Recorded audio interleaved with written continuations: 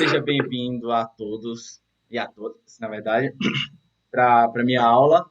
É, a gente está caminhando para o final, um pouquinho já o final do que é Brasil.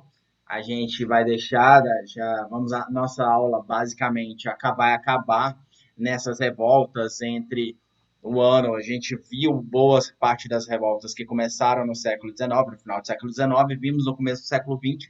Então, o Brasil está em grandes mudanças. Não só o Brasil, mas o mundo está em grandes mudanças. E aí a gente já viu a Primeira Guerra Mundial. E aí a gente tem, no final dessa aula, a gente vai ter bem aí o que a gente vai ver na próxima aula, que é aquela parte que a galera mais gosta de ver, que é basicamente o que a gente fala de período entre guerras. Mas vamos deixar isso para quando a gente começar, né? Então vamos lá, porque tem muita coisa para frente que a gente precisa ver. Então, vocês estão olhando o slide aí? O slide está sendo compartilhado, não tá?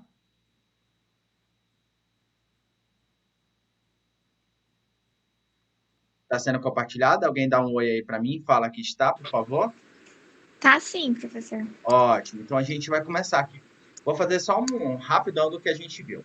Então a gente, basicamente, as movimentos sociais durante a Primeira República é dividido entre movimentos rurais, que é a Guerra do Contestado, Guerra de Canudos, o Cangaço, Revolta de Juazeiro, e movimentos urbanos, que é muito maior, que é um pouquinho mais complexo, que é a Revolta da Vacina, Revolta da Chibato, Tenetismo, Formação do Movimento Operário e Semana da Arte Moderna, que a gente vai ver. Então a gente vê a Guerra do Contestado, que basicamente foi o líder Antônio Conselheiro, que conseguiu movimentar lá no sertão baiano uma galera, cara, para tentar derrubar o governo. Eles não nem assim, nem diria tentar derrubar o governo, eles simplesmente não aceitaram o que o governo queria fazer, ao mandos e desmandos do governo, e ficou de boa lá, quieto na deles, sem se intrometer em nada. Só que aí, obviamente, eles começaram a crescer, começaram a trazer problemas. O fato deles não aceitarem a república era um problema para os presidentes até então, e eles foram totalmente mortos. Aí não deixaram salvar nem crianças.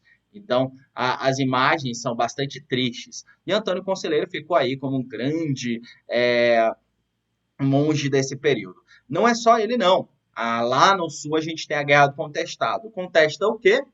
É, obviamente, terras. Eles contestavam as terras que foram roubadas pela Brasil Highway Company, que criou lá no meio, entre Santa Catarina e Paraná, uma estrada de ferro que é lá do Porto Alegre até São Paulo, essa estrada de ferro, e que aí desmataria, tirou vários poceiros e, obviamente, essa galera entrou com vários problemas. E aí, obviamente, gerando um novo problema, e aí, dentro desse movimento da Guerra do Contestado, novamente a gente tem esse messianismo, que é uma pessoa que tem os poderes sobrenaturais, e evoca o pensamento da Igreja Católica e tudo mais, mas até mesmo a Igreja Católica condenava esses atos e vão atacar esses atos. Beleza? Então aí mostrando tudo, e aí o cara que era o principal era o monge José Maria, que é tanto que ele morre e a galera não acredita que ele morreu, que é o que a gente viu, né? A guerra também matou muita gente. Alguém lembra como é que se chamava, como é que eles chamavam? Quem lutou na guerra do lado do monge? Chamava de caboclo. Então, só não lembrar. Só não esquecer, aliás. Cangaço. Cangaço é um movimento chamado de banditismo, que eram literalmente bandidos, só que eles eram bem vistos pela sociedade, ainda principalmente a mais pobre. Por quê? Porque eles lutavam contra os coronéis, batiam de frente com os coronéis, e aí era a única força que lutava a bater de frente com os coronéis, né? Tanto que a gente tem Lampião que foi atacado, tentaram matar ele e conseguiram, tanto que a cabeça dele foi exposta por muito tempo em várias cidades do Nordeste como mensagem para as pessoas não se envolverem com cangaço. Mostrei algumas imagens, até hoje, lá no Nordeste, a imagem do cangaceiro é muito famosa ainda, né? Tem essa edição de Juazeiro, que aí a gente tem uma coisa um pouquinho atípica, onde sertanejos se juntam com coronéis para atacar o então governador do Ceará. E a cidade de Juazeiro, junto com aí, você tem tanta questão do coronelismo, tanta questão do cangaço, mas também tem a questão do messianismo, já que tem o Padim Padim Cisso, que era um grande nome político e religioso de lá. Lembrando, pessoal, que até hoje o padre Cícero ele é um grande nome do Nordeste. As pessoas andam para receber bênçãos e tudo mais. Na cidade de Juazeiro, dizem que ele cura e tudo mais. Só que o Padre Cícero, ele é, se eu não me engano, excomungado pela Igreja Católica. Então a Igreja Católica jamais vai reconhecê-lo como santo, porque ele é, literalmente, se eu não me engano, até então ele era excomungado da igreja. E aí a gente entra no que a gente tá veio ver, né? Que é basicamente revoltas urbanas.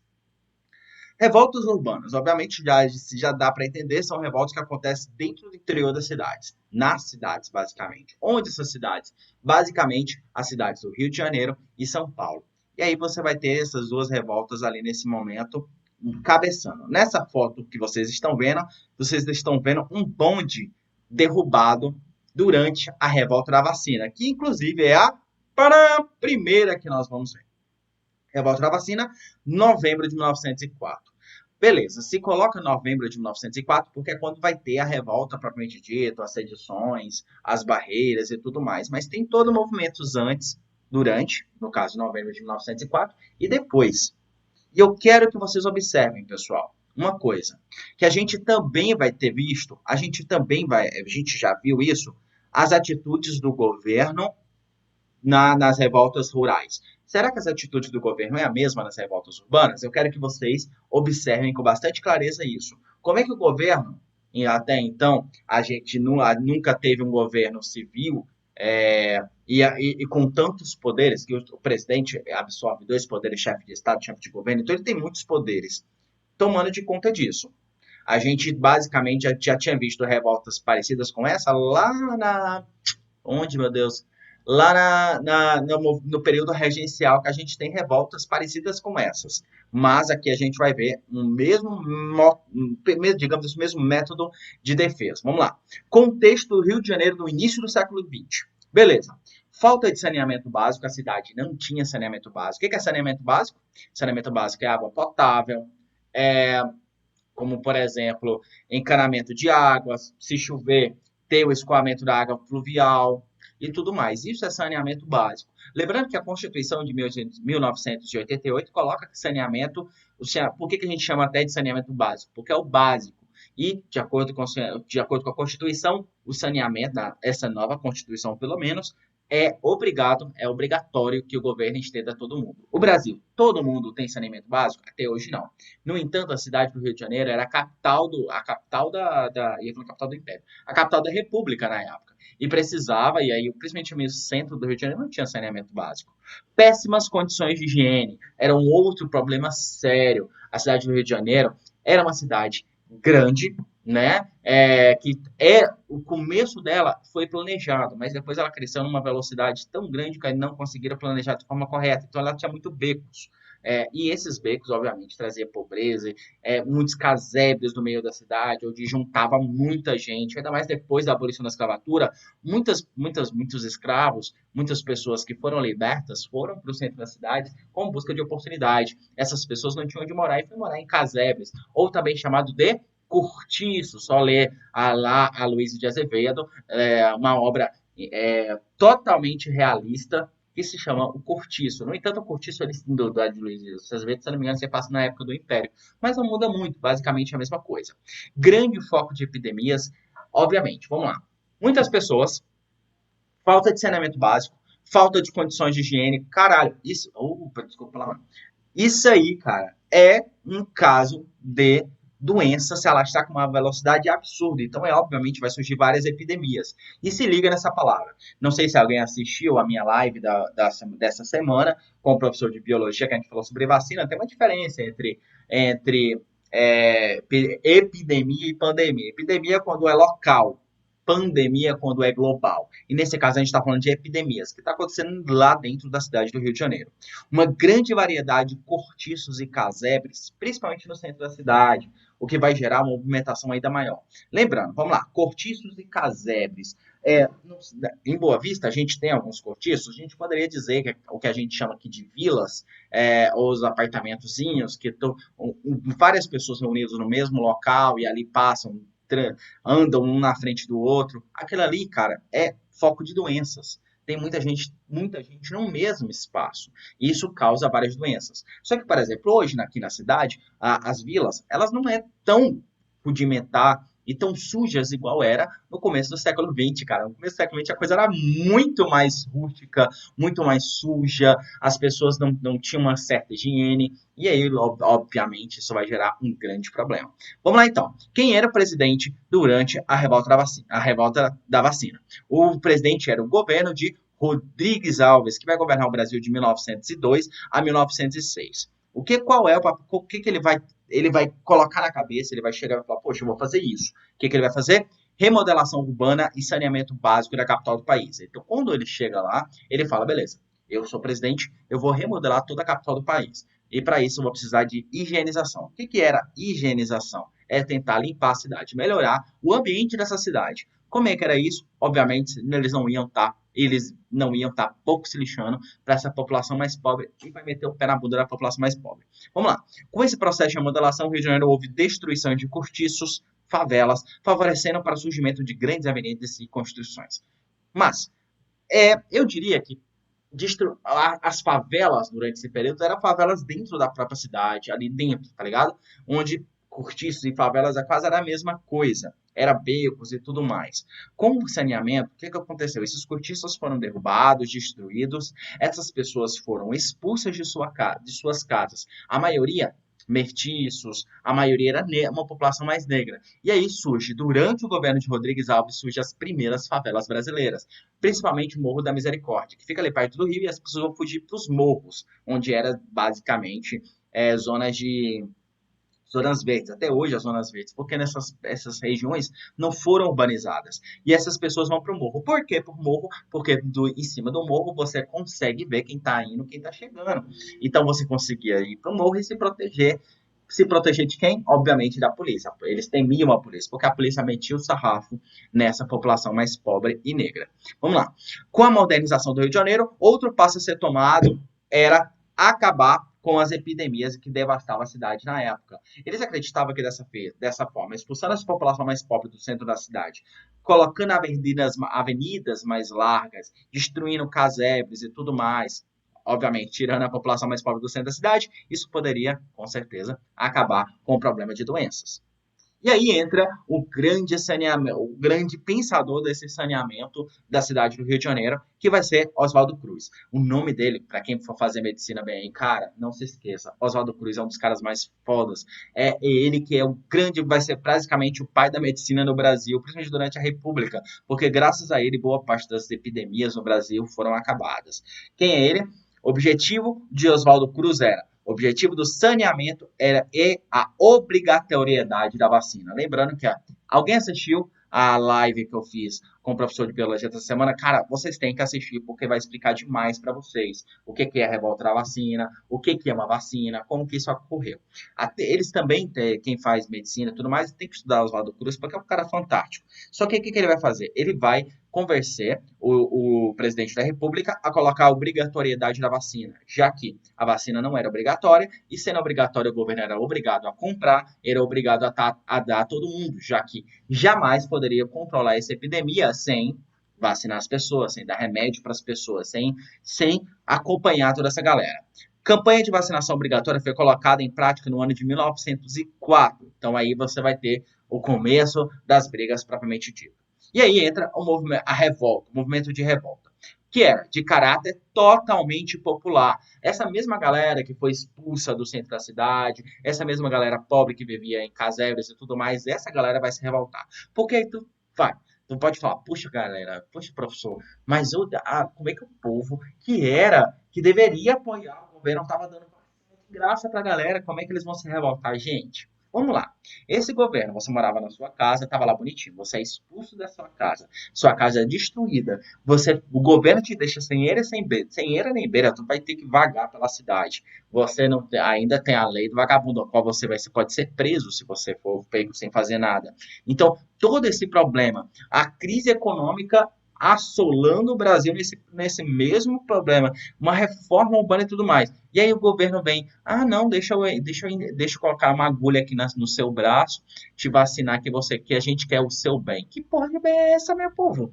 Então, essa mesma galera, essa mesma linha de pensamento, tomou a galera. Então, da mesma forma que existiam movimentos anti-vacinas na Europa, vai ter movimentos anti-vacinas no Brasil, só que no Brasil esse movimento anti-vacina vai tomar principalmente população muito grande e a população mais pobre, a ponto dessa população se revoltar e sair pela cidade do Rio de Janeiro quebrando tudo. Uma foto desse bonde virado. Vamos lá. Com a situação incontrolável, o governo suspende a obrigatoriedade. A rebelião foi contida no dia 16 de novembro de 1904. Opa. E aí você tem, deixa eu só pular aqui. Vamos lá. E aí você tem, durante esse período, por que eu trouxe essa questão de revisionismo historiográfico para vocês durante isso? Porque isso pode cair na prova. Essa concepção de como se observa a revolta da vacina, ainda mais nesse período de pandemia que a gente está vivendo, de coronavírus, essa questão de revolta da vacina, essa questão de vacina, isso está ganhando um foco muito grande. E eu prefiro que vocês entendam. Então, quem vai trazer uma repensar essa revolta da vacina? Vai ser Nicola Schenkel, José Murilo de Carvalho e Sidney Tchau, que traz uma abordagem bastante significativa sobre a revolta da vacina. Quais que são elas? Vamos lá. O Nicolau abordava de maneira singular a questão política da execução da camada popular e de como o governo da Primeira República queria manter afastado uma parcela de indivíduos. Fez uma abordagem marxista, dando ênfase à reação popular contra as abusivas reformas e por o governo. O que o Nicolau, então, ele vai entender? Ele vai observar a revolta da vacina como uma ideia de um movimento popular contra a autoridade, contra mandos e desmandos do governo. E ele vai entender que a revolta da vacina era algo legítimo, porque era um problema para a maioria da população. Ok? E isso é uma forma que Nicolau enxerga. É a forma que ele interpretou a revolta da vacina, é a narrativa dele. Vamos entender um pouquinho dessa abordagem com questão. A repressão do governo sobre os revoltosos. Vamos lá. Vocês concordam com a repressão do governo sobre os revoltosos? Lembrando que o governo metia bala, prendia, mandava, executava e tudo mais para tentar obrigar as pessoas a vacinar. Então, aí você tem essa abordagem de repressão, era completamente absurda para essa população na época. A borda com os revoltosos eram diversas pessoas de diferentes camadas sociais. Então, você era popular porque tinha ali diferentes camadas sociais que não queriam tomar vacina por medo desse governo. O objetivo do governo era varrer a população pobre, sem teto e desempregada da cidade. O objetivo, e ele fez isso. Então, ele exclui dessa sociedade, exclui dessa população da cidade quem era pobre, sem teto e tudo mais, expulsando as pessoas, formando as primeiras favelas. A exclusão dessas pessoas da sociedade era feita através de um carimbo feito pela marca de açoites. Então, a pessoa era açoitada, era presa. Então, tomou vacina, tu já levava um carimbo bem ali para saber se você tomou ou não tomou vacina. Cara, isso era visto quase como animal. Era tratar as pessoas como animal. E aí ocorre esse nascimento das favelas, a separação do pobre e dos ricos. Os ricos urbanos, os pobres morando em favela. Beleza? Vamos entender um pouquinho a abordagem de José Murilo de Carvalho. Abordar a questão dos problemas políticos, econômicos e sociais, ocorrido como processo de transição do Império para a República. Enfatiza a interação dos participantes da revolta. Então, ele vai enfatizar os participantes dessa revolta, só que ele vai entender essas revoltas da Primeira República e a revolta da vacina como um processo de transição entre república, entre império, entre monarquia, para uma república. E aí ele vai comparar como é que esses dois governos tratavam a população e tudo mais. Uma abordagem bastante ampla. Não é marxista, também não tem uma ideia de, digamos assim, de uma ideologia dentro do José Maria de Carvalho. Particularmente, eu confesso para vocês que eu gosto bastante de José Maria de Carvalho. Acho ele foda. Mas vamos lá. E principalmente Enem, a chance de cair ele, porque ele não traz uma abordagem ideológica muito legal. Sidney. O Sidney aborda um debate sobre ideologia da higiene, contexto no mundo dos cortiços dos populares, retrata diversas questões da época, epidemia, cultura africana e exclusão social. Obviamente, as favelas são formadas por pessoas de que cor, de que raça, uma população preta. Então, Sidney ele vai abordar essa questão social, racial, dentro dessa higienização da cidade. Quem que a gente não quer ver no centro da cidade? Pessoas pretas, então vamos expulsá-los do centro da cidade. Lembrando que o Brasil estava passando por um processo chamado... Essa higienização, de acordo com o Sidney, é só mais uma face daquela parada que a gente viu que começou no meio do século XIX, que é chamado embranquecimento da população. Você exclui o ato de separar a população negra em guetos nada mais é do que separar a população de que você não quer mais. Então você separa e exclui. É como um apartheid, só que não um apartheid igual a gente vê nos Estados Unidos e na África do Sul, praticamente. Beleza? Então vamos entender um pouquinho bem aqui das músicas na época, o que elas falavam das músicas na época. Vocês sabem que eu adoro música, todo mundo sabe. Eu acho que a arte, a cultura, é algo significativo para a gente entender um pouquinho. Eu vou passar rapidamente. Pessoal, por favor, se eu estiver falando rápido, dá um oi aí. Fala, professor, fala mais devagar. Eu falo mais devagar, beleza? E, gente, não esquece do print maroto e posta lá, porque só tem coisa do Renato no Instagram do Isoladas. Pelo amor de Deus, me coloca nesse Instagram, gente. Me coloca no Instagram, me marca lá, marca o Cintia lá, fala, professor, isso é legal. Só tem o Renato. O que vocês têm contra mim? Vamos voltar à aula. Vamos lá, então. Isso se chama bipolaridade. Vamos lá. Anda um povo acelerado com horror à palmatória, por causa dessa lembrança da vacina obrigatória. Os manatas da ascendência estão teimando desta vez em meter o ferro, o pulso bem no braço do freguês. E os doutores da higiene vão deitando logo a mão, sem saber se o sujeito quer levar ferro ou não. Seja macho, seja moço ou seja velho, ou mulatinha tem visgo. Homem sério, tudo leva ferro, que é servido. Bem no braço do Zé Polvo, chegou um tipo e leva vai, enfiando aquele troço, a lanceta tudo mais. Mas a lei manda que o povo e o coitado do freguês vá gemendo na vacina ou então vá para o xadrez. Olha bem aí. Vocês concordam com vacina obrigatória? O Brasil tem vacinação obrigatória? Não tem. O Brasil não tem vacinação obrigatória. No entanto, a gente tem alguns setores da sociedade que não vão te aceitar se você não ter tomado vacina. Por exemplo, uma pessoa que é anti-vacina, não tomou vacina, ele não vai conseguir sair do Brasil, porque para sair do Brasil precisa de uma carteira de vacinas. Cara, para você ir bem aqui do lado, se você quer ir para Letem, não, porque Letem a gente tem passagem até rápido. Mas para aquele lugar, além de Letem, tu não vai sem vacina. Você precisa do seu cartão com vacina para ficar nesse local. Ok?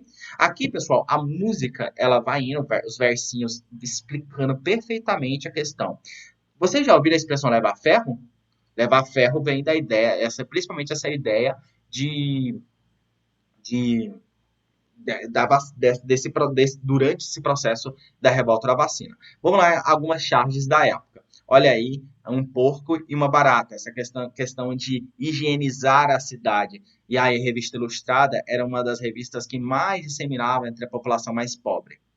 E aí, Oswaldo Cruz, lá no serviço de saneamento, desinfetando toda a cidade de mosquito, ratos e baratas.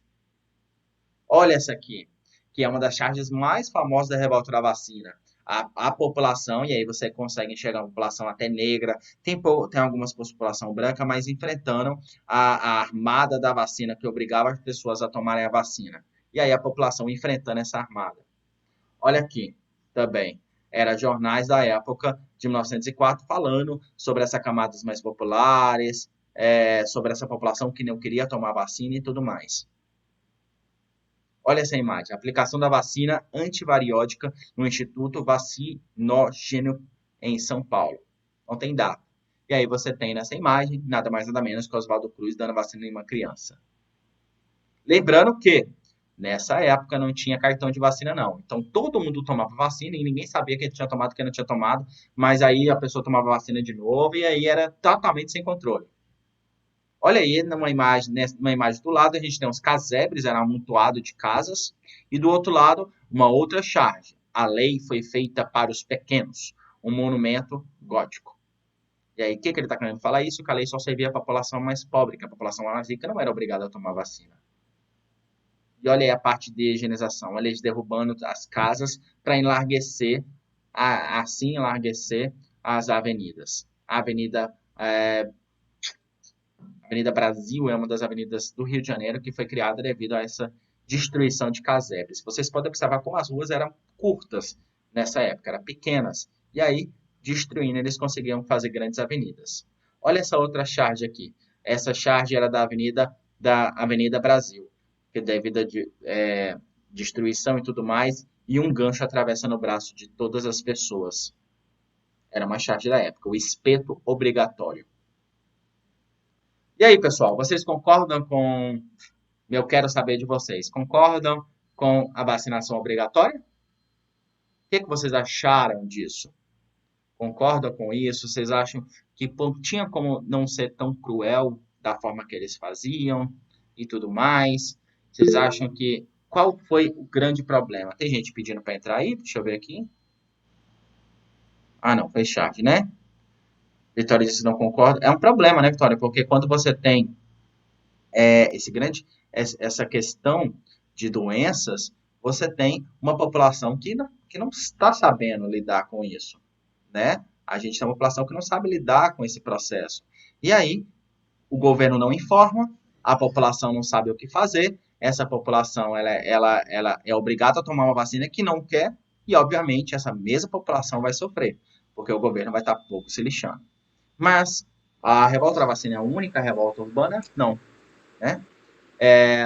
Vitória já falou, Valesca, quer adicionar algum assunto? Assim, a minha opinião, eu concordo e não concordo. Porque. Como posso explicar?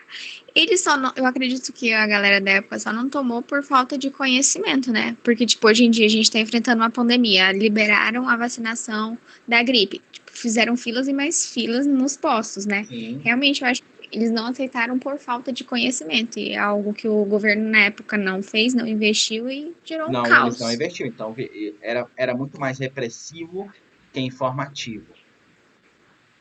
Só que, Nesse caso é totalmente errado, né? Que é obrigado nada é legal. e aí outra coisa Aí, também, que pode vir a cair nos vestibulares. Na mesma época, a gente está vivendo uma época de pandemia e tudo mais. Existem pessoas que negam essa questão de doenças, existem pessoas que negam a vacina, existem antivacinas hoje em dia, é uma coisa real. Então, a sociedade, por mais que a gente tenha informação hoje em dia, a gente ainda vive um período de problemas. Obviamente, hoje o governo não é autoritário, igual era naquela época e tudo mais. Por mais que, vamos dizer, o presidente fala da questão da cloroquina e tudo mais, ele não tenta meter a cloroquina na boca das pessoas e nem pode obrigá-los.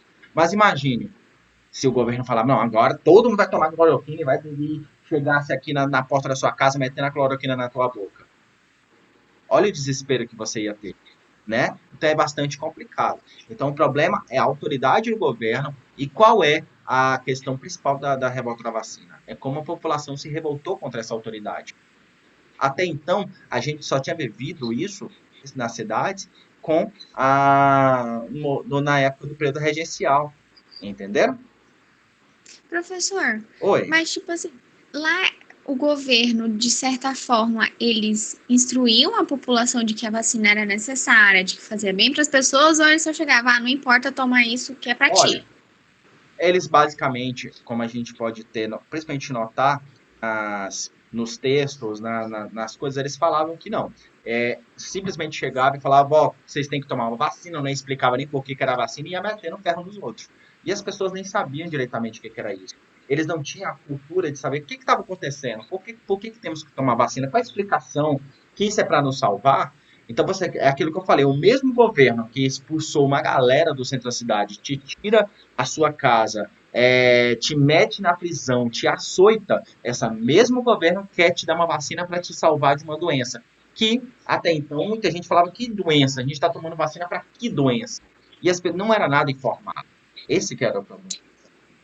Exatamente, a falta de informação aí Falta foi de informação exorbitante. é terrível. A falta de informação é terrível. A gente precisa de informação, até mesmo para doenças, questões de doenças. Exatamente. Vamos ver então a revolta da Chibata. A revolta da Chibata, vocês viram o meme que eu postei essa semana sobre a revolta da Chibata? Ai, ai. Então, normalmente quando você vai dar aula no nono ano, aí você fala revolta da Chibata. Os meninos, Chibata, Chibata. Mas não temos mais crianças aqui nessa sala, né? Então vamos arrochar. Vamos lá. O que foi a Revolta das Chibatas? Gente, a Revolta das Chibatas foi algo muito relacionado a algo que era muito favorável à monarquia, que era a Marinha. A Marinha sempre foi muito fiel à monarquia. Tanto que até hoje, boa parte das insígnias da Marinha trazem insígnias da época da monarquia. A próprio símbolo da Marinha carrega uma coroa em cima, porque era algo que era muito favorável à monarquia. Vamos lá. A Revolta da Chibata. O que foi? A Revolta da Chibata foi um importante movimento social ocorrido no século XX na cidade do Rio de Janeiro. Começou no dia 22 de novembro de 1910, ou seja, 4 anos depois da Revolta da Vacina. O que era essa revolta da chibata? Neste período, os marinheiros brasileiros eram punidos por castigos físicos. As faltas graves eram punidas com 25 chibatadas ou chicoteadas. Esta situação gerou uma intensa revolta entre os marinheiros. Professor, antes, essa galera levava chicotada? Levava. O que aconteceu? Com esse governo o governo da República dando muito ênfase no exército, esse exército começou a tentar abafar qualquer coisa que era monarquista e tudo mais. Como a maioria dos marinheiros, quando eu falo marinheiro, se liga aí, marinheiro, era a população mais pobre, porque se tu é pobre, negro, você não está conseguindo emprego. O que você faz? Você se alista ao exército, você se alista à marinha. Principalmente a marinha era muito famosa, então a galera vai se alistar à marinha. Só que a maioria da população negra nesse período era uma população favorável à princesa Isabel, por ela ter abolido a escravidão e tudo mais. Era chamada Isabelitas. Então, era nesse período que eles vão ganhar um foco muito grande e vão trazer bastante ênfase nisso. No entanto, essa mesma população estava querendo abafar totalmente esses movimentos. E aí, o que acontece? O que era 25 chibatadas se tornou 100, se tornou 150, se tornou 250 chibatadas em algumas e obviamente a população vai se revoltar, não só pelo excesso, mas também exatamente, não se esqueça exatamente essa autoridade que era muito grande, beleza? Causas da revolta. O estopim da revolta ocorreu quando um marinheiro, Marcelino Rodrigues, foi castigado com 250 chibatadas. Qual era o máximo de chibatadas? 25. Só que esse cara, Marcelino, ele era marinheiro preto, ele levou 250 chibatadas por ter ferido um colega da marinha dentro do encouraçado Minas Gerais. O navio de guerra estava indo para o Rio de Janeiro e a punição que ocorreu à presença de outros marinheiros desencadeou literalmente uma revolta. O motim se agravou e os revoltosos chegaram a matar o comandante do navio e mais 3 oficiais. E aí o que você tem? Os marinheiros que eram pretos, dificilmente eles iam conseguir sair desses cargos. Os cargos mais superiores, não que brancos não entravam, nos cargos mais superiores você enxergava. Vamos lá. A marinha. A maioria dos marinheiros, pretos. A maioria da população, dos oficiais, do quem tinha as patentes maiores, eram brancos. E aí o motim se agravou e os revoltosos chegaram a matar essas pessoas. E isso gerou um problema muito grande, porque como é que a gente chama quando você tem revoltosos dentro do exército que causam uma revolta dentro do exército, junta e consegue se juntar, e aí sobressai da camadas mais populares, dessa hierarquia, consegue subir e atacar pessoas da hierarquia maior, a gente se chama motim. E aí, quem que vai ser o cabeça do motim? Esse cara aqui que vocês estão vendo. Vamos lá, então, conhecer mais um pouquinho.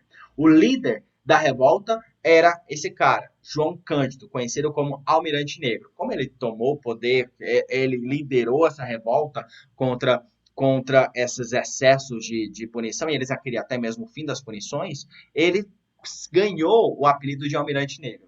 Redigiu a carta reivindicando o fim dos castigos físicos, melhoria da alimentação e anistia para todos os que tinham feito a revolta. Caso não fossem cumpridas as reivindicações, os revoltosos ameaçavam bombardear a cidade do Rio de Janeiro, então capital do Brasil. Olha aí, se liga aí. O que o Cândido falou? Olha, a gente quer o fim dos castigos, a gente quer melhores condições de alimentação, a gente quer a anistia. Todo mundo lembra o que é anistia? A anistia é perdão. A anistia é perdão, o governo perdoa. Ele quer anistia para todo mundo que participou da revolta. Vamos lá, então. O que aconteceu? Diante dessa situação, né, o Hermes da Fonseca resolveu aceitar o ultimato dos revoltosos. Ele falou, beleza, pessoal, não vou atacar vocês. Entra, pode desembarcar no Rio de Janeiro, que está todo mundo anistiado. Ah, meu Deus. Tá todo mundo perdoado, vocês podem ficar de boa. O que aconteceu? Porém, após os marinheiros terem entregues as armas e as embarcações, o presidente solicitou a expulsão de alguns revoltosos. A insatisfação então retomou muito mais forte e no começo de dezembro os marinheiros fizeram outra revolta então nas Ilhas das Cobras, até porque boa parte dessas cabeças dessas revoltas foram para a Ilha das Cobras. Então eles pegaram tudo. Alguém já ouviu falar de Ilha das Cobras? Ilha das Cobras é uma ilha que fica perto do Rio de Janeiro, entre, se não me engano, Rio de Janeiro. É, perto ali do Rio de Janeiro, onde tem muita serpente. Até hoje lá é muita serpente. É o local do Brasil, é considerado o local mais perigoso. E aí, se você não quer alguém, se você não quer alguém para onde você mandava a Pedra das Cobras. E lá ele se lascava, se ferrava. Era uma prisão onde tinha muita cobra. Beleza. Inclusive você pode achar vídeos, viu? Cara, é assustador. Hoje não tem mais prisão lá, não. Beleza? E aí, então, o que que acontece, então? Mais uma revolta na Ilha das Cobras. Essa galera se junta com os outros revoltosos e consegue tomar a ilha. Consequências, essa segunda revolta foi fortemente reprimida pelo governo, sendo que vários marinheiros foram presos em celas subterrâneas na fortaleza da Ilha das Cobras. Neste local, onde as condições de vida eram desumanas, alguns prisioneiros faleceram, obviamente. Outros revoltosos foram enviados para a Amazônia, onde deveriam prestar trabalhos forçados na produção da borracha. Silêncio. Se liga. Então, essa galera que se revoltou porque o governo não cumpriu suas promessas, se revoltou porque o governo não cumpriu, tomou a Ilha das Cobras, então o governo manda mais exército para a Ilha das Cobras, tomam de volta o controle da Ilha das Cobras, prendem essas pessoas, obviamente, alguns vão morrer dentro disso, e o resto, então, é enviado para mais distante ainda, para a Amazônia.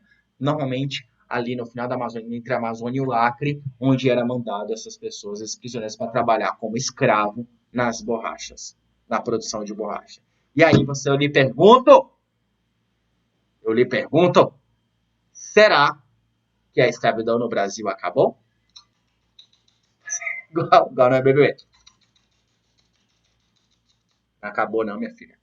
Não acabou. A exploração no Brasil não acabou.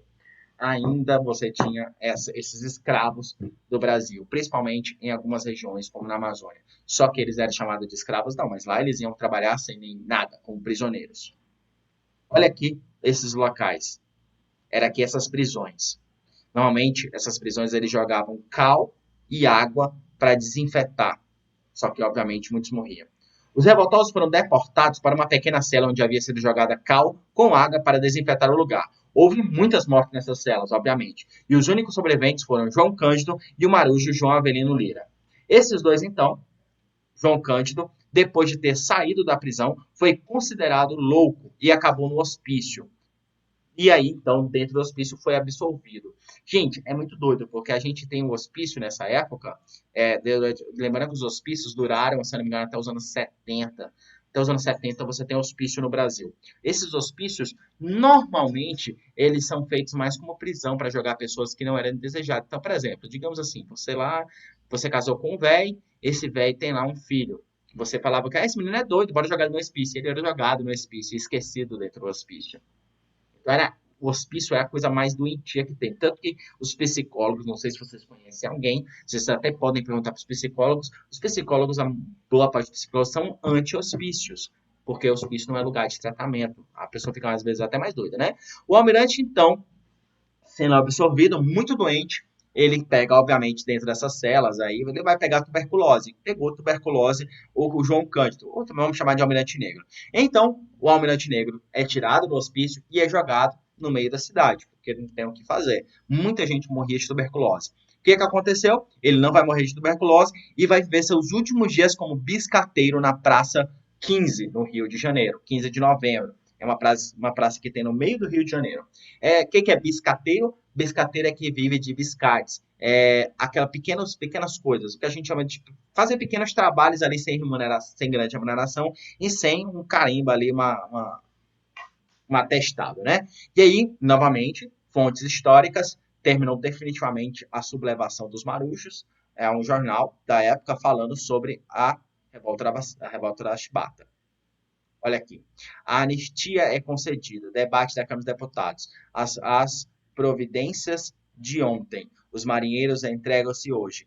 Várias ocorrências. antes da segunda revolta. Ok? Alguma pergunta, pessoal? Sobre a revolta da Chibata? Está!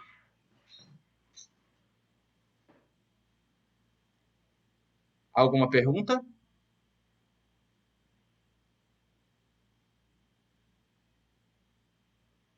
Alô? Alguém? Alguma pergunta sobre a revolta da Chibata? Não? Beleza? Pessoal, a gente está com quantas pessoas hoje? Vitória, Valesca tentou 2 vezes, não entendo. Mas vamos lá. Não. E pessoal, só uma pergunta que às vezes pode ficar aí. Professor, então continuou os açoites depois das revoltas? Depois da segunda revolta, os açoites foram realmente abolidos. Aí você tem, na Câmara dos Deputados, isso foi votado e foi totalmente abolido. No entanto, você tem aí a crueldade que o governo tratou os revoltosos. Beleza? Então é uma coisa a se lembrar disso. Então, você tem um exército e esses revoltosos foram presos e literalmente condenados à morte. E aí você tem, não pode se esquecer, porque a revolta da Chibata está muito ligada muito ligado à questão racial, porque a maioria todos que foram presos eram pretos. Vamos lá entender sobre outra luta. Dizem que o tenentismo seria a segunda ditadura militar. Só que foi bastante fraca esse tenentismo. Basicamente, uma revolta dos tenentes no Rio de Janeiro contra os mandos e desmandos do governo. Vamos lá entender um pouquinho sobre o tenentismo? Vamos lá. O tenentismo, termo que ficou conhecido no movimento político-militar sob liderança de jovens oficiais das Forças Armadas, principalmente tenentes, pretendiam conquistar o poder pela luta armada e promover reforma na Primeira República. Então, o que eles queriam? Dar um golpe da República. Dar um golpe. Lembrando que a República nasceu por um golpe, teve a ditadura militar, aí entra a República Oligárquica. No meio dessa República Oligárquica, vem os tenentes e querem dar outro golpe, tentando tomar o poder dessa república e reorganizar as coisas. Reivindicações do movimento, moralizar a vida pública, o fim da corrupção eleitoral, voto secreto e uma justiça confiável, reforma da educação pública para que o ensino fosse gratuito e obrigatório. Então o tenentismo seria uma revolta justificável? Seria, mas eles queriam que eles fizessem isso através de um golpe militar. Vamos lá então, continuar. A maioria das propostas tenentistas contavam com a simpatia da grande parte das classes médias e urbanas, dos produtores rurais que não pertenciam ao grupo que estava no poder e de alguns empresários da indústria, obviamente. Essas camadas, essas revoltas urbanas vão ter um grande apoio dessa população industrial. Os tenentes não acreditavam que o liberalismo autêntico fosse o caminho para a recuperação do país. O que é liberalismo autêntico? Um Estado pequeno e uma economia andando livremente, que era o que estava grande foco na época. Era o que os partidos, era o que defendia os cafeicultores do período. Faziam restrições às eleições diretas, o sufrágio universal do voto, ou seja, homens e mulheres votando, e se não na crença em uma via autoritária para a reforma do Estado e da sociedade. Então ele queria tudo isso. Eles achavam legal, vamos fazer isso. Só que eles acreditavam que eles só poderiam fazer isso através de uma via autoritária, ou seja, uma ditadura. Uma das mais famosas dessas revoltas foi ocorrer em 1922, que foi a revolta do Forte de Copacabana. O movimento ocorreu em julho de 1922, em meio à campanha eleitoral para presidente da República. Os candidatos eram Arthur Bernardes, apoiado pelo governo, e Nilo Peçanha, candidato da oligarquia dissidente dos setores sociais descontentes. A revolta do tenente iniciou-se a partir de um artigo publicado no Correio da Manhã, cuja autoria foi atribuída ao presidente recém-eleito, Arthur Bernardes, onde apresentava violentos insultos ao exército. E apesar da negativa da autoria por parte de Arthur Bernardes, permaneceu um mal-estar entre o governo e o exército. E aí, então, diante dos protestos realizados pelo clube militar, o governo ordenou seu fechamento e a prisão do presidente Marechal Hermes da Fonseca. Esse mesmo Hermes da Fonseca que vai ganhar um grande destaque. Hermes da Fonseca já foi presidente e tinha um poder gigante dentro do governo. Então, quando prenderam o Hermes da Fonseca, velho, assim, o governo literalmente estava colocando todo o exército contra o governo. A atitude do governo desencadeou, então, no dia 5 de julho de 1922, um levante de tenente versus quartéis. Alguns foram logo controlados por forças fiéis ao governo, e o último a se render foi o Forte de Copacabana, de onde 16 militares e um civil, sob o comando do tenente Siqueira Campos, saíram das ruas num combate corpo a corpo com tropas opositoras, sendo alvojados. Então, 17 pessoas saiu no meio da Copacabana, no meio daquela avenida da Orla, ordenando, tipo, como convocando a população para o fim dessa república oligárquica e o início de uma ditadura militar. O que aconteceu? Dos 18 rebeldes, somente 2, Siqueira Campos e Eduardo Gomes, sobreviveu nessa luta suicida. Porém, o episódio 18 do Forte passou a ser reconhecido, conferiu uma imensa popularidade ao movimento tenentista e uma oposição do domínio oligárquico. E aí, pessoal, é nesse momento que o exército passa a ser visto como heróis da população, grandes heróis, a população do exército propriamente dito. Passa a ser visto como heróis, como pessoas que podem lutar, como pessoas que podem entrar no governo. Se liga porque isso vai ser defendido depois. Vamos lá. Lá em Palmas, Tocantins, tem tem as esculturas do 18 do Forte. Não sei se alguém já viu essa imagem. É literalmente esculturas mesmo, estátuas, mostrando esses 18 do Forte. Então tem gente sendo baleada, é muito bonito lá. E aí embaixo, a foto feita. Então não tem muita realidade, mas evoca, o 18 do Forte evoca essa questão de luta por um Brasil igualitário, um Brasil mais de justiça social. Beleza? Os 17 tenentes do Forte de Copacabana e um civil na revolta contra a posse de Arthur Bernardes. Vamos lá entender o... vamos lá.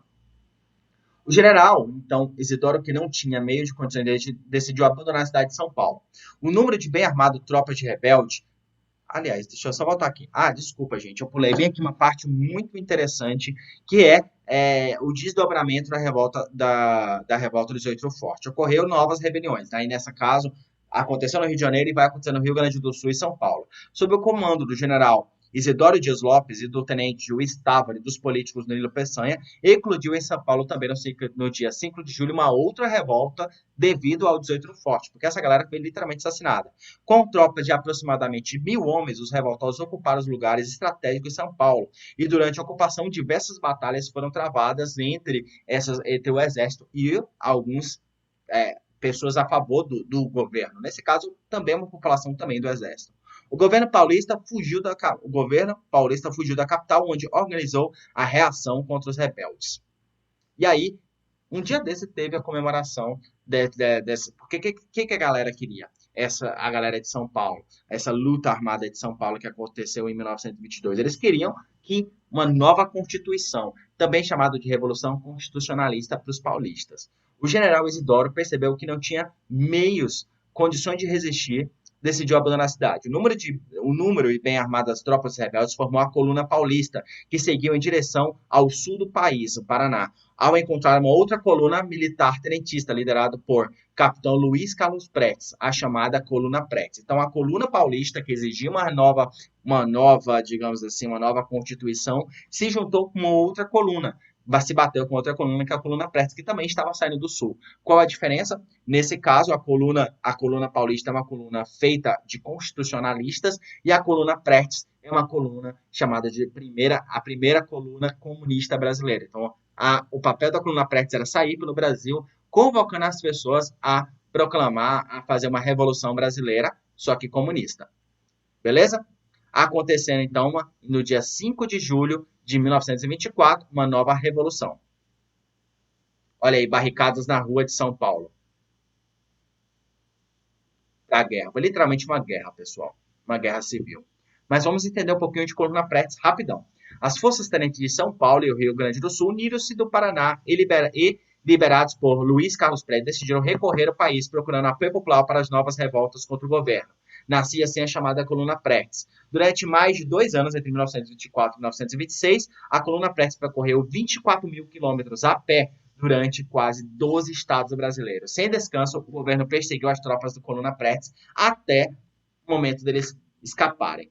O esperado apoio popular, obviamente, não veio. Os frequentes ataques às tropas regulares, de jagunços e coronéis, debilitaram a coluna que se retirou em 1927, com aproximadamente 800 homens para a Bolívia. A coluna nunca foi derrotada, e isso demonstrava o poder da Primeira República. Não era inaceitável, pois Carlos Prestes posteriormente voltou ao país, tornando os principais líderes do Partido Comunista fundado em 1922. E aí, coluna Prestes, aí Capitão Luiz Carlos Prestes, ou Cavaleiro da Esperança, como era chamado na época. Olha onde a coluna Prestes andou.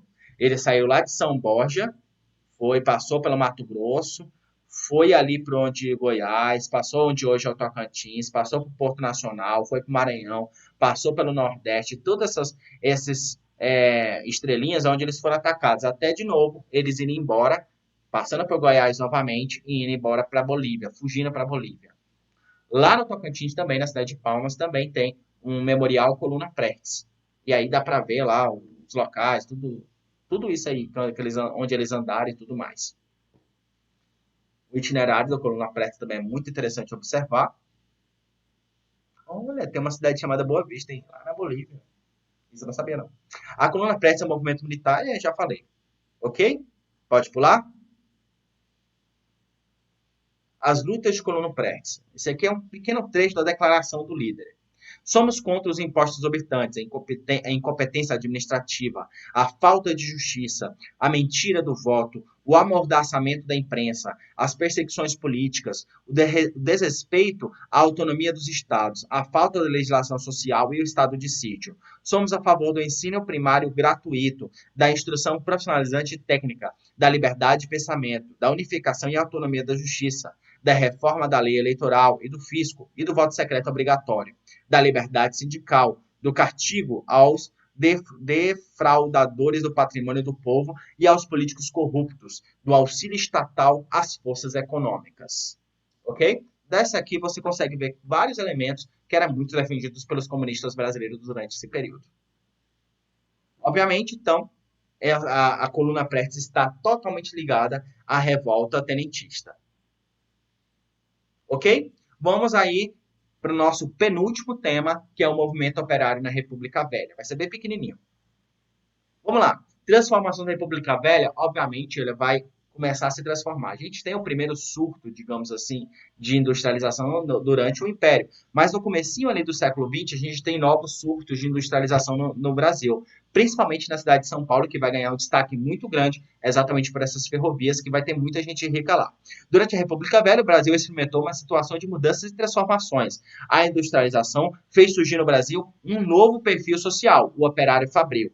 Fim da escravidão e chegada dos imigrantes. Junto com o sonho de uma vida melhor de terras brasileiras, esses imigrantes europeus chegaram por aqui também trazendo valores políticos e pensamentos comunistas e anarquistas. É óbvio que eles viriam.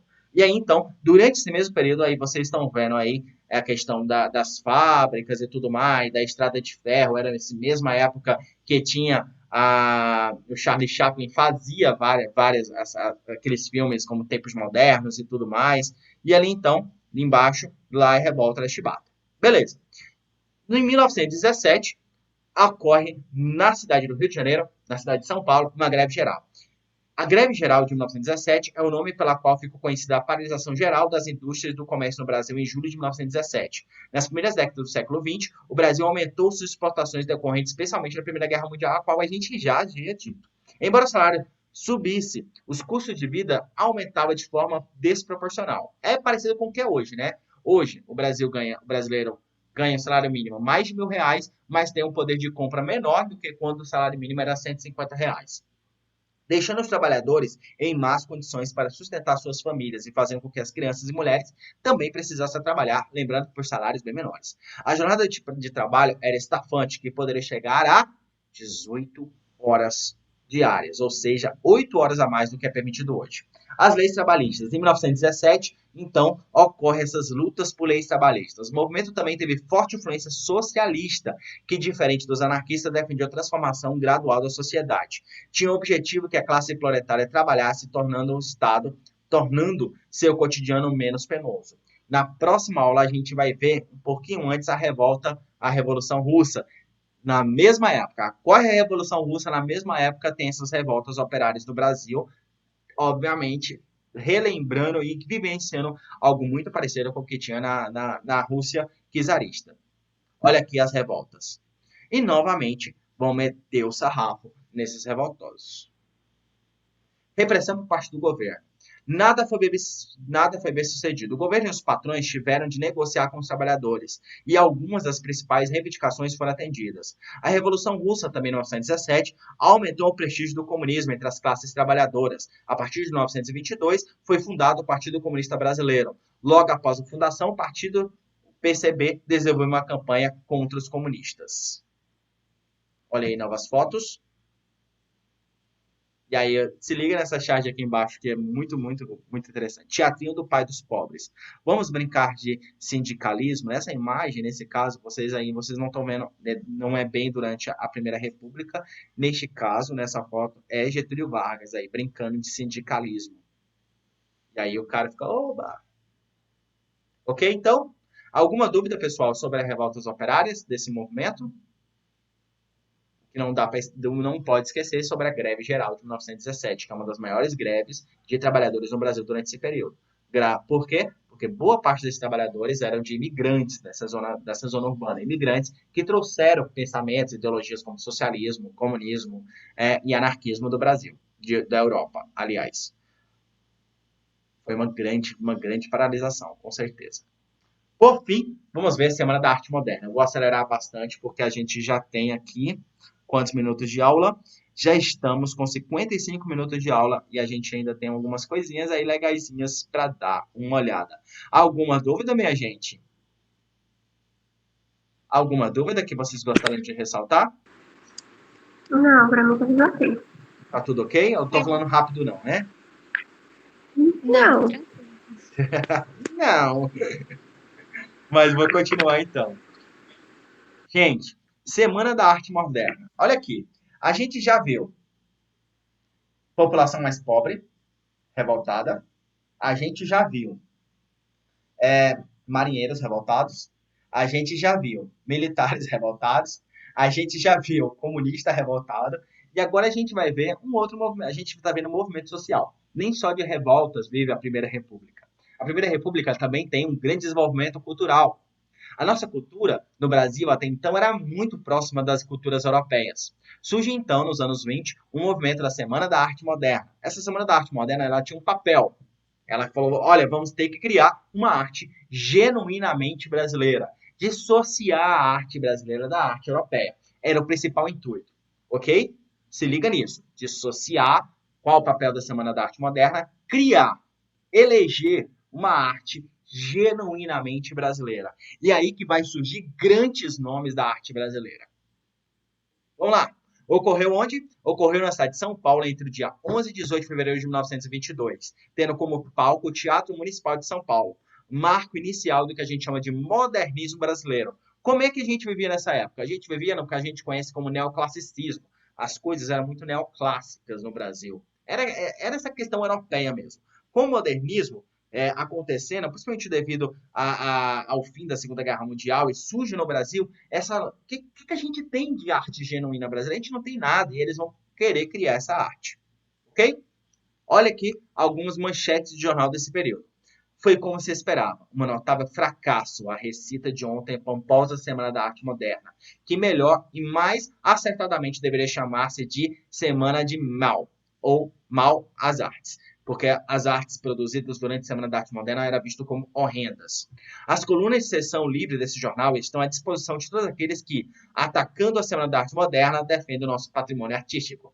Então, o jornal o Estado de São Paulo abriu uma sessão inteira para quem quisesse falar mal da arte produzida durante a Semana da Arte Moderna. Se liga aí, tanto que a galera odiava.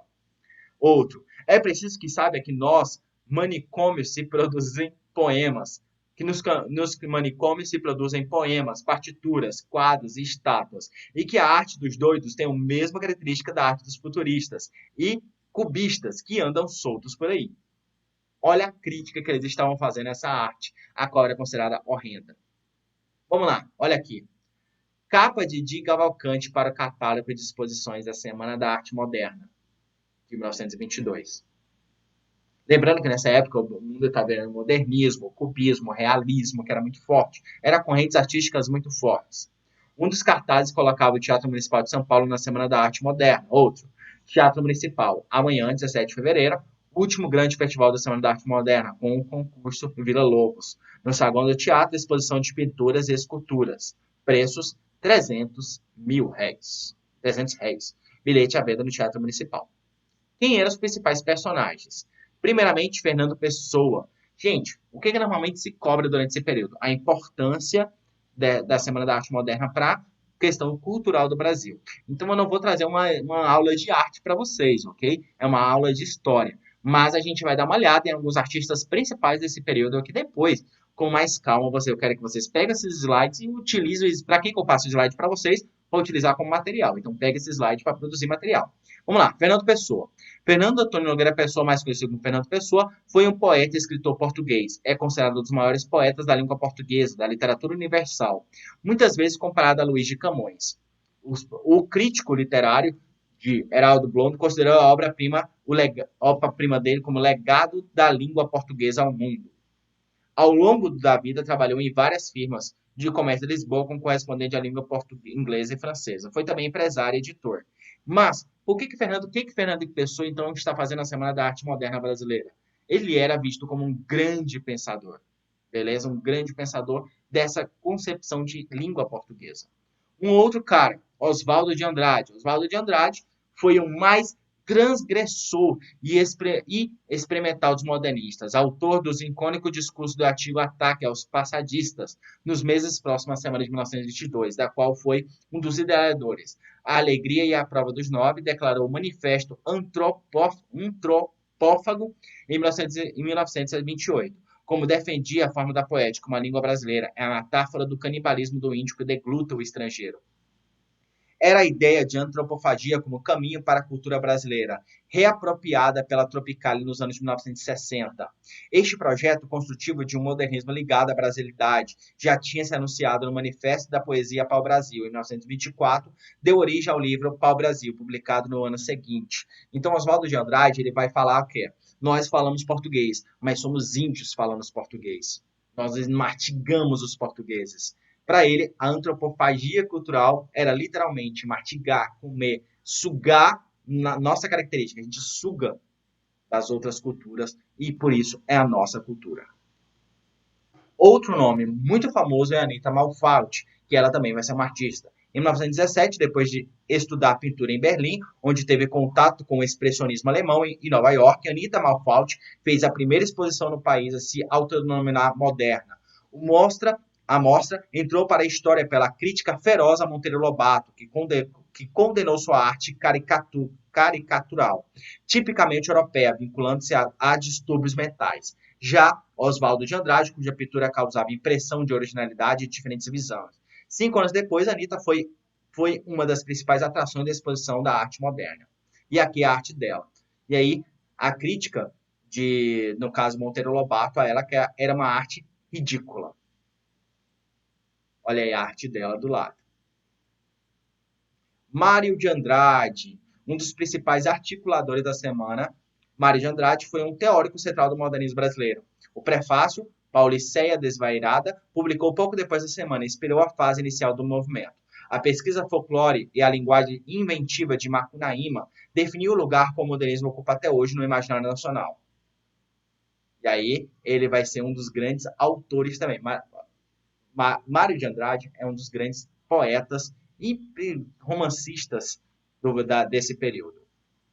Monet, de Puccia, publicado em 1917, o poema Juca Mulato, de Monet, chamou a atenção por mesclas, forma clássica de exposição gráfica usada nos temas nacionais. Em 1922, teve atuação incendiária na semana, com uma palestra sobre estética modernista que recebeu aplausos e entusiasmo e vaias também.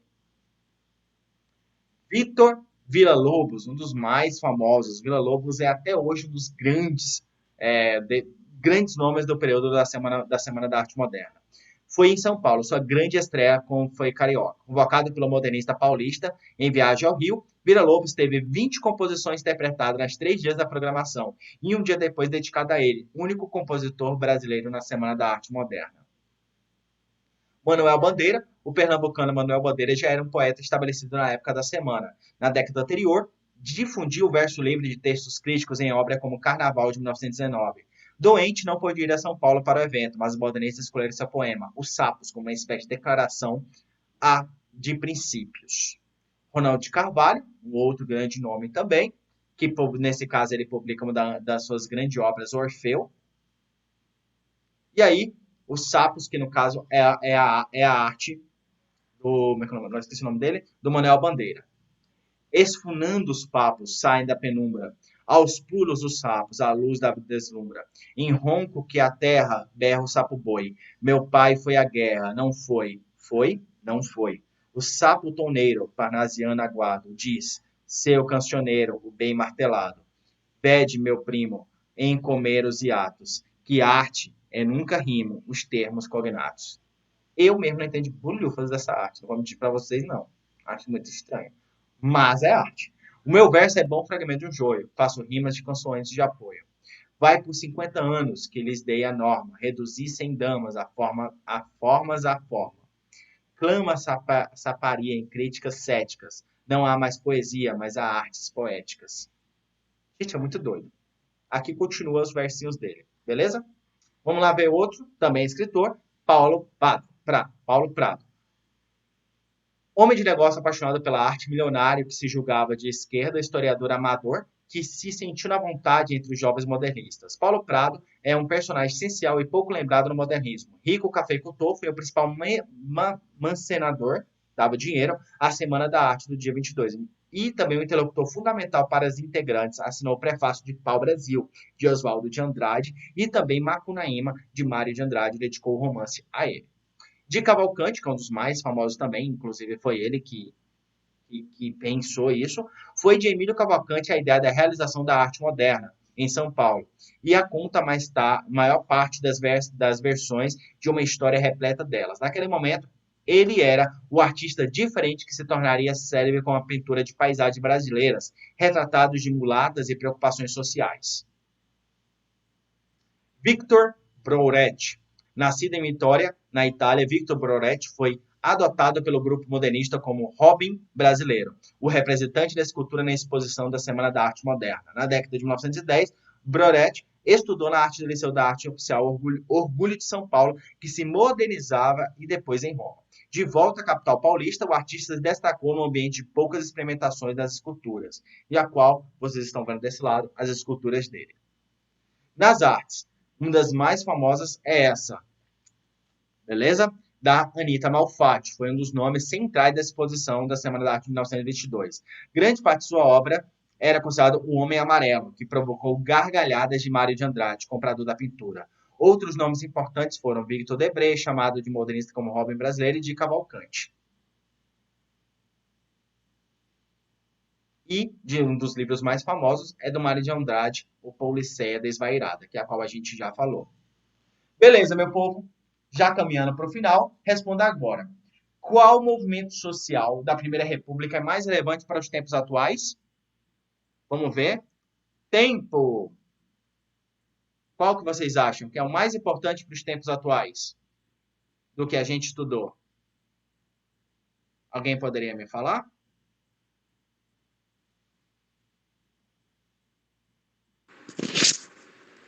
Eu acho que é a revolta da vacina. Eu também apostaria na revolta da vacina, viu? Tenham bastante cuidado, leiam bastante sobre a revolta da vacina. Os movimentos sociais durante a Primeira República são muito lembrados durante essas, digamos assim, essas lutas. Então não esqueçam de dar uma ênfase bastante clara para isso, ok? Por que revolta da vacina? Obviamente, por causa da pandemia. Mas eu diria também da negacionismo científico, que é uma outra coisa bastante forte do movimento social da revolta da vacina, esse negacionismo científico pela falta de formação. É claro que hoje a gente não tem tanta falta de formação assim, mas ainda assim eu pediria para vocês tomarem cuidado e dar uma ênfase, dar uma lida maior na revolta da vacina. Meu povo, eu separei isso aqui para vocês. Dá um print e faça isso em um caderno e tudo mais, para vocês terem ideia do que vocês estão vendo, porque é muita coisa, a gente viu muita coisa. Então, o legal é vocês fazerem, preencher essa tabela, ok? Então, tira o print disso e depois no caderno e tudo mais, façam. Pode me enviar no Instagram, no WhatsApp, que eu vou tentar responder vocês para ver, tira isso, coloca isso e tudo mais, beleza? Como a gente viu vários momentos, isso aqui é muito importante que vocês deem uma atenção forte a isso. Aqui é o mapa mental que a gente viu, tanto a República da Espada, a República Oligarca, manipulação do processo eleitoral, mas aí também estão os movimentos sociais principais. Mapa mental do Descomplica, inclusive. Muito bom esse mapa mental. Vamos para as perguntas. Vamos lá.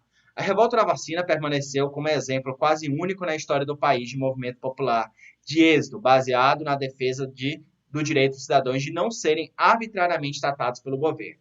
E aí, José Moreira de Carvalho, que a gente já falou. Considere as seguintes afirmações a respeito do movimento social acima referido. 1. Entre as motivações da revolta, destaca-se a resistência popular ao cumprimento da vacinação obrigatória contra a varíola, o que levou à ocorrência de uma série de distúrbios e manifestações violentas no centro da cidade do Rio de Janeiro. A revolta foi insuflada pelos remanescentes da oposição jacobina e positivista, que tentaram instrumentalizar a insatisfação popular a fim de derrubar o governo. Apesar de ter sido derrotado, o movimento provocou a desestabilização do regime republicano, na medida que ocasionou uma profunda crise econômica, resolvida somente na assinatura do Folding Law. Qual que está correto? 1, 2 ou 3? Tempo! Eu acho que é a 1 e a 2. A 1 e a 2? Seria a C a correta? Vitória? Eu vou passar. O que você acha? 1 e a 2 também? É. Por que a 3 você achou errada, Valesca? A revolta da vacina desestabilizou a República? Não desestabilizou a República não, beleza? Pulou a dúvida agora. A revolta da vacina não desestabilizou a República, por isso que a 3 está errada. Sobrando apenas... Tcharam! A, B, C, D, E. A resposta correta é a C, 1 e 2, ok? A 1 e a 2 está correta. Só mais uma pergunta. Analise as informações apresentadas no quadro abaixo. Então, você vai colocar de 1 a questão A1 e a B e C, beleza? Guerra de Canudos, revolta da vacina, revolta da chibata, revolta do contestado. Então, eu coloquei apenas 4. Beleza. A. Ocorreu em navios da Marinha contra os maus tratos e as condições de trabalho salariados a que estavam submetidos os marinheiros. Que revolta é essa? Chibata. Chibata. Então, coloca 1. Aliás, revolta 3A. 3A.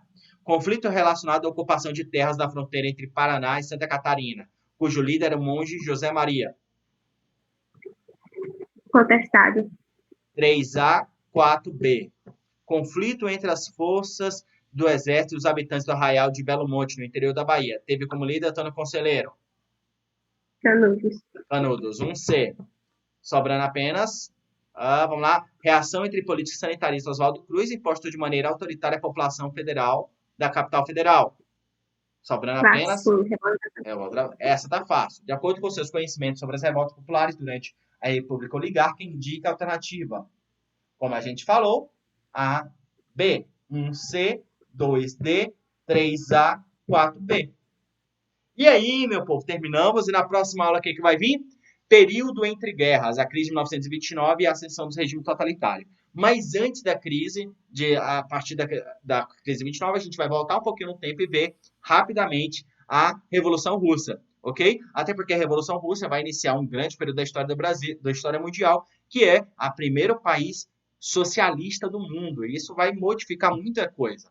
E aí depois a gente vai ver o movimento Revolução Russa, depois a gente vai ver a crise de 1929 e a ascensão de regimes totalitários. Nesse caso, nazismo e socialismo.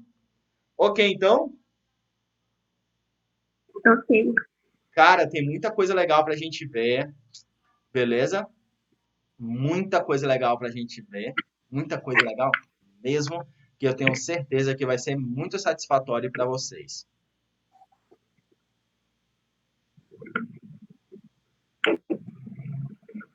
Ok?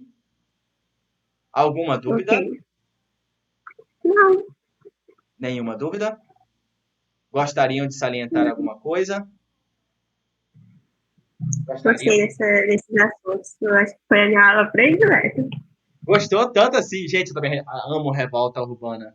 As revoltas urbanas têm tanta coisa. E o que eu mais gosto nessas aulas, sinceramente, o que eu mais gosto é como a gente consegue notar várias similaridades desse período com até hoje. A gente, cara, se a gente fosse comparar, a gente mudou pouco, velho. A gente mudou pouquíssimo. A gente ainda tem tanto que evoluir na sociedade, como sociedade, sinceramente.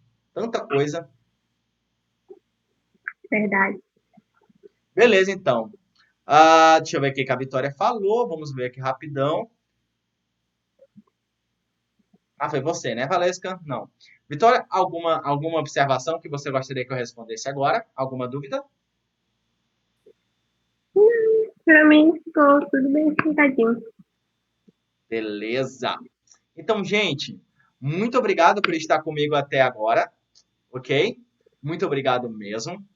Espero ver vocês em breve. A gente está saindo por essa fase de abertura de comércio, mas a gente sabe que a última coisa que vai voltar é educação.